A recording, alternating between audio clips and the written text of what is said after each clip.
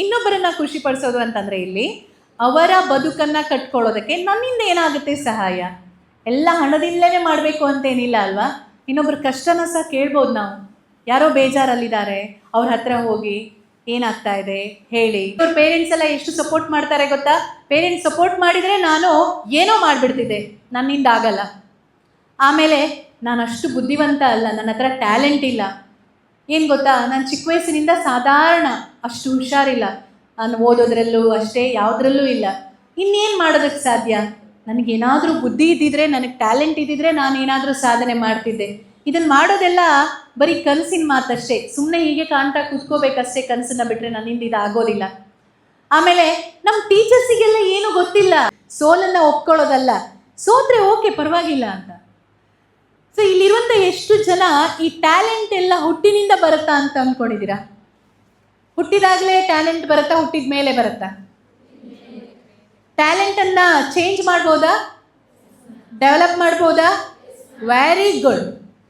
ಇದನ್ನೇ ನಾವು ಮಾಡುವಂಥ ತಪ್ಪು. ಇದಕ್ಕೆ 2 ಎಕ್ಸಾಂಪಲ್ ಕೊಡ್ತೀನಿ. ಥಾಮಸ್ ಆಲ್ವಾ ಎಡಿಸನ್ ಗೊತ್ತಲ್ಲ, ವಿಜ್ಞಾನಿ. ಇವರು ವಿಜ್ಞಾನಿ ಅಂತ ನಾವು ಈಗ ಹೇಳ್ತೀವಿ, ಆದರೆ ಜಗತ್ತು ಒಂದು ಕಾಲದಲ್ಲಿ ಅವರನ್ನು ದಡ್ಡ ಅಂತ ಅಂದಿತ್ತು. ಹೇಗೆ ಅಂತಂದರೆ, ಅವರ ಸ್ಕೂಲಿಂದ ಒಂದು ಲೆಟ್ರ್ ಕಳಿಸಿರ್ತಾರೆ, ಇದನ್ನು ನಿಮ್ಮ ಅಮ್ಮಂಗೆ ಹೋಗಿ ಕೊಡು ಅಂತ. ಪ್ರೈಮರಿ ಸ್ಕೂಲಲ್ಲಿರುವಾಗ ಅವರಮ್ಮ ಆ ಲೆಟ್ರ್ ಓದ್ತಾರೆ. ಅಮ್ಮ ಲೆಟ್ರಲ್ಲಿ ಏನು ಬರೆದಿದೆ ಅಂತ ಮಗ ಕೇಳ್ತಾನೆ. ಮಗ, ನಿಮ್ಮ ಲೆಕ್ಚರರ್ ಹೇಳಿದ್ದಾರೆ, ಪ್ರಿನ್ಸಿಪಲ್ ಹೇಳಿದ್ದಾರೆ, ನಿಮ್ಮ ಮಗ ತುಂಬ ದಡ್ಡ, ಅವನಿಗೆ ನಾವಲ್ಲ ಇಡೀ ಪ್ರಪಂಚದಲ್ಲಿರೋ ಯಾವ ಶಾಲೆಯಲ್ಲೂ ಕೂಡ ಅವನನ್ನು ಪಾಠ ಮಾಡಿ ಅವನನ್ನು ಬುದ್ಧಿವಂತನನ್ನಾಗಿ ಮಾಡೋದಕ್ಕೆ ಸಾಧ್ಯ ಇಲ್ಲ. ಬಿಟ್ಬಿಡಿ ಅವನ ಆಸೆ, ಸುಮ್ಮನೆ ಶಾಲೆಗೆ ಯಾಕೆ ಕಳಿಸ್ತೀರಾ ಅಂತ. ಅಮ್ಮ ಅದನ್ನು ಮಗನಿಗೆ ಹೇಳಲ್ಲ. ಅವ್ರೇನು ಹೇಳ್ತಾರೆ ಗೊತ್ತಾ, ನಿಮ್ಮ ಮಗ ತುಂಬ ಬುದ್ಧಿವಂತ, ಅವನಿಗೆ ಪಾಠ ಮಾಡುವಷ್ಟು ಕೆಪಾಸಿಟಿ, ನಮ್ಮ ಚಿಕ್ಕ ಹುಡುಗ ಅಲ್ವಾ, ಅವನಿಗೆ ಪಾಠ ಮಾಡೋಷ್ಟು ಕೆಪಾಸಿಟಿ ಎಲ್ಲ ಇಲ್ಲ. ಬಹುಶಃ ಇದನ್ನು ಅವ್ರು ಹೀಗೆ ಹೇಳಿದಾರೋ ಅಥವಾ ಬೇಗ ಹೇಗೆ ಹೇಳಿದಾರೋ ನಮ್ಗೆ ಗೊತ್ತಿಲ್ಲ.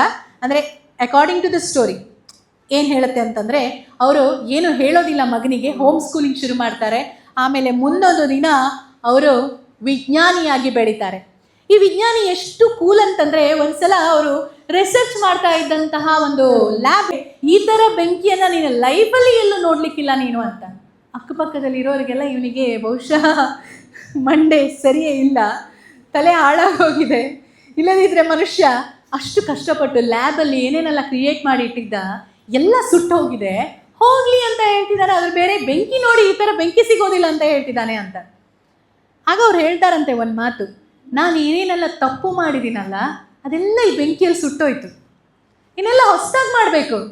ನೋಡಿ, ಗೆದ್ದವನಿಗೆ ಒಂದೇ ದಾರಿ, ನಾನು ರ್ಯಾಂಕ್ ತಗೊಂಡೆ, ಒಂದು ಕಂಪನಿಯಲ್ಲಿ ಪ್ಲೇಸ್ಮೆಂಟ್ ಆಯಿತು, ಆ ಜಾಬು ಫಿಕ್ಸ್, ನನ್ನ ಲೈಫ್ ಅಲ್ಲಿಗೆ ಮುಗೀತು. ಅದೇ ಒಬ್ಬನಿಗೆ ಜಾಬ್ ಸಿಗೋದಿಲ್ಲ, ಅವನಿಗೆ ದಾರಿ ಅವನೇ ಸೃಷ್ಟಿ ಮಾಡ್ಕೋಬೇಕು. ಮುಂದೆ ಏನು ಮಾಡೋದು ಹುಡುಕ್ಬೇಕು ಅವನು. ಆ ಹುಡುಕಾಟದಲ್ಲೇ ಅವನು ಕಲಿತಾನೆ. ಆ ಎಕ್ಸ್ಪೀರಿಯನ್ಸೇ ಅವನನ್ನು ಇನ್ನಷ್ಟು ಗಟ್ಟಿ ಮಾಡುತ್ತೆ. ಕೆಲವರು ಹೇಳ್ತಾರೆ, ಬಿದ್ದರೆ ಎಲ್ಲಿ ಬೀಳ್ಬೋದು, ಕೆಳಗಡೆ ತಾನೆ, ನಾನು ಅಲ್ಲಿಂದನೇ ಬಂದಿದ್ದು, ನಾನು ಹೋಟೆಲಲ್ಲಿ ಸಪ್ಲೈಯರ್ ಆಗಿ ಬಂದವನು, ಇಲ್ಲಿ ಟೇಬಲ್ ಒರೆಸ್ಲಿಕ್ಕೆ ಅಂತ ಬಂದವನು, ಇವತ್ತು ಓನರ್ ಆಗಿದ್ದೀನಿ, 4-5 ಹೋಟೆಲ್ ಇದೆ. ಲಾಸ್ ಆದರೆ ಏನಾಗುತ್ತೆ ಮಹಾ, ಮತ್ತೆ ಪುನಃ ಅಲ್ಲಿಗೆ ತಾನೇ ನಾನು ಹೋಗೋದು, ನನಗೆ ಹೆದರಿಕೆ ಇಲ್ಲ, ಜೀವನ ನೋಡಿ ಬಂದಿದ್ದೀನಿ ನಾನು. ಈ ಕಾನ್ಫಿಡೆನ್ಸೇ ನಮಗೆ ಬೇಕಾಗಿರೋದು. ಇವತ್ತು ನಮ್ಮ ಮಕ್ಕಳಿಗೆ ಅದು ಸಿಗ್ತಾ ಇಲ್ಲ. ಇವತ್ತು ನೆಕ್ಸ್ಟ್ ಬರ್ತಾ ಇರುವಂಥ ಮಕ್ಕಳು ಹೇಗೆ ಅಂತಂದರೆ, ತುಂಬ ಡೆಲಿಕೇಟ್ ಇರ್ತಾರೆ. ಅವರಿಗೆ ಆ ಕಷ್ಟ, ನೋವು, ಕಣ್ಣೀರು, ಅವಮಾನ ಏನು ಗೊತ್ತಿರೋದಿಲ್ಲ. ನಾವೆಲ್ಲ ಚಿಕ್ಕವರಿರಾಗ ಸ್ಕೂಲಲ್ಲಿ ಹೇಳ್ತೇವೆ, ಸರಿ 4 ಪೆಟ್ಟು ಕೊಡಿ, ಬುದ್ಧಿ ಬರುತ್ತೆ ನನ್ನ ಮಗನಿಗೆ ಮಗಳಿಗೆ ಅಂತ. ಈಗಿನ ತಂದೆ ತಾಯಿಗಳು ಒಂದು ಸ್ವಲ್ಪ ಬೈದರು, ಅವಮಾನ ಮಾಡಿದ್ರು ಒಂದು ಸ್ವಲ್ಪ ಹೊಡೆಯೋದಂತೂ ಇಲ್ಲವೇ ಇಲ್ಲ ಬಿಡಿ. ಈಗ ನೀವು ಯಾಕೆ ಹಾಗೆ ಮಾಡಿದ್ದು, ನಮ್ಮ ಮಗನಿಗೆ ನಾವೇ ಅದು ಮಾಡೋದಿಲ್ಲ, ಮನೇಲಿ ನೀವು ಮಾಡ್ತೀರಲ್ಲ ಅಂತ ಟೀಚರ್ಸಿಗೆ ಕೇಳ್ತಾರೆ. ನಿಜವಾಗಿಯೂ ಹೇಳಬೇಕು ಅಂತಂದರೆ, ಆ ಶಿಕ್ಷೆ ಕೊಟ್ಟು ಯಾರೆಲ್ಲ ಕಲ್ತಿದಾರಲ್ಲ, ಇತ್ತೀಚೆಗೆ ಒಬ್ಬರು ಸರ್ ಹೇಳ್ತಾ ಇದ್ರು, ಅವರಿಗೆ ಪ್ರಿನ್ಸಿಪಲ್ ರೂಮಿಗೆ ಏನೋ ಗಿಫ್ಟ್ ಬಂತಂತೆ. ಯಾರು ಕೊಟ್ಟಿದ್ದು ಅಂತ ಹೇಳಬೇಡಿ ಅಂತ ಹೇಳಿ ಹೋದರು ಸರ್. ಆದರೂ ನಾನು ವಿಚಾರಿಸಿದೆ, ಅವ್ರು ನಿಮ್ಮ ಸ್ಟೂಡೆಂಟ್ ಅಂತೆ, ನೀವು ಅವರಿಗೆ ಸಿಕ್ಕಾಪಟ್ಟೆ ಹೊಡಿತಿದ್ರಂತೆ, ಬೈತಿದ್ರಂತೆ, ಹಾಗೆ ಅವರು ನಿಮ್ಮ ಅಡ್ವೈಸನ್ನು ಕೇಳಿಕೊಂಡೇ ಇವತ್ತು ದೊಡ್ಡ ಮನುಷ್ಯ ಆಗಿದ್ದಾರಂತೆ ಅಂತ. ನಂಗೆ ಈ ಥರ ಸ್ಟೋರಿ ಎಲ್ಲ ಕೇಳುವಾಗ ಖುಷಿ ಆಗುತ್ತೆ. ಅಂದರೆ ನೋಡಿ, ನಾವು ಯಾರಾದರೂ ಬೈದರೆ, ನಮ್ಗೆ ಅವಮಾನ ಮಾಡಿದರೆ ನಾವು ಅವ್ರ ಬಗ್ಗೆ ನೆಗೆಟಿವ್ ಫೀಲಿಂಗ್ಸ್ ಇಟ್ಕೊಡ್ತೀವಿ. ಆದರೆ ಅದನ್ನು ಸಹ ಇಟ್ಕೊಳ್ಬಾರ್ದು ಅಂತ ಹೇಳೋದು. ಯಾಕಂದರೆ ಅವ್ರು ಹಾಗೆ ಹೇಳೋದ್ರಿಂದ ನಾವು ಉದ್ಧಾರ ಆಗ್ತಾ ಇದ್ದೀವಿ ಜೀವನದಲ್ಲಿ ಏನು ಅಂತ ಅಲ್ವಾ. ಹಾಗೆ ಇಲ್ಲಿ ನಿಮ್ಮದು ಡ್ರೀಮ್ ಆಯಿತು, ಏನಾಗಬೇಕು ಅನ್ನೋದು ಡಿಸೈಡ್ ಮಾಡಿದ್ರಿ, ಮುಂದೆ ಹೋದ್ರಿ. ಈ ಡೆವಲಪ್ಮೆಂಟ್ ಅನ್ನೋದು ಹುಟ್ಟಿನಿಂದ ಟ್ಯಾಲೆಂಟ್ ಬೈ ಬರ್ತ್ ಬರೋದಲ್ಲ, ನೀವು ಬೆಳೆಸ್ಕೊತಾ ಹೋಗೋದು. ವಿರಾಟ್ ಕೊಹ್ಲಿಯ ಒಂದು ಸ್ಕಿಲ್ ಬಗ್ಗೆ ಹೇಳ್ತಾರೆ. ಅವ್ನು ಪ್ರತಿದಿನ ಪ್ರಾಕ್ಟೀಸ್ ಮಾಡಲಿಲ್ಲ ಅಂದರೆ ಆಗೋದಿಲ್ಲ ಅಂತೆ.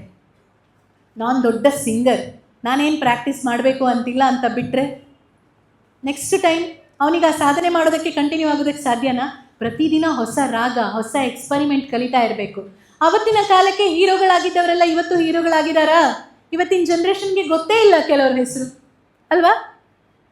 ಸೊ ಅದಕ್ಕೋಸ್ಕರನೇ ಈ ನಿರಂತರ ಬದಲಾವಣೆಗೆ ನಿಮ್ಮನ್ನು ಒಗ್ಗಿಸ್ಕೊಳ್ತಾ, ಈಗ ಒಂದು ಪರ್ಸ್ನಾಲಿಟಿ ಹೇಗಿರುತ್ತೆ, ಒಬ್ಬ ಆಂಟ್ರಪ್ರಿನರ್ ಹೇಗಿರ್ತಾನೆ, ಅವರ ಪರ್ಸ್ನಾಲಿಟಿ ಹೇಗಿರುತ್ತೆ, ಅದನ್ನೆಲ್ಲ ಸ್ಟಡಿ ಮಾಡಿ ನೆನಪು ಮಾಡ್ಕೊಳ್ಳಿ. ಅವ್ರು ನಡೆಯೋ ರೀತಿ, ಅವ್ರು ಮಾತಾಡೋ ವೈಖರಿ, ಅವ್ರು ಸ್ಟೇಜಿಗೆ ಹೋಗೋ ರೀತಿ, ಅವ್ರ ಎಂಟ್ರಿ ಕೊಡೋ ರೀತಿ, ಅವ್ರು ಮಾತಾಡುವಂಥ ವಿಷಯಗಳು, ಇದ್ರ ಬಗ್ಗೆ ಎಲ್ಲ ನಿಮ್ಮ ಗಮನ ಇರಲಿ.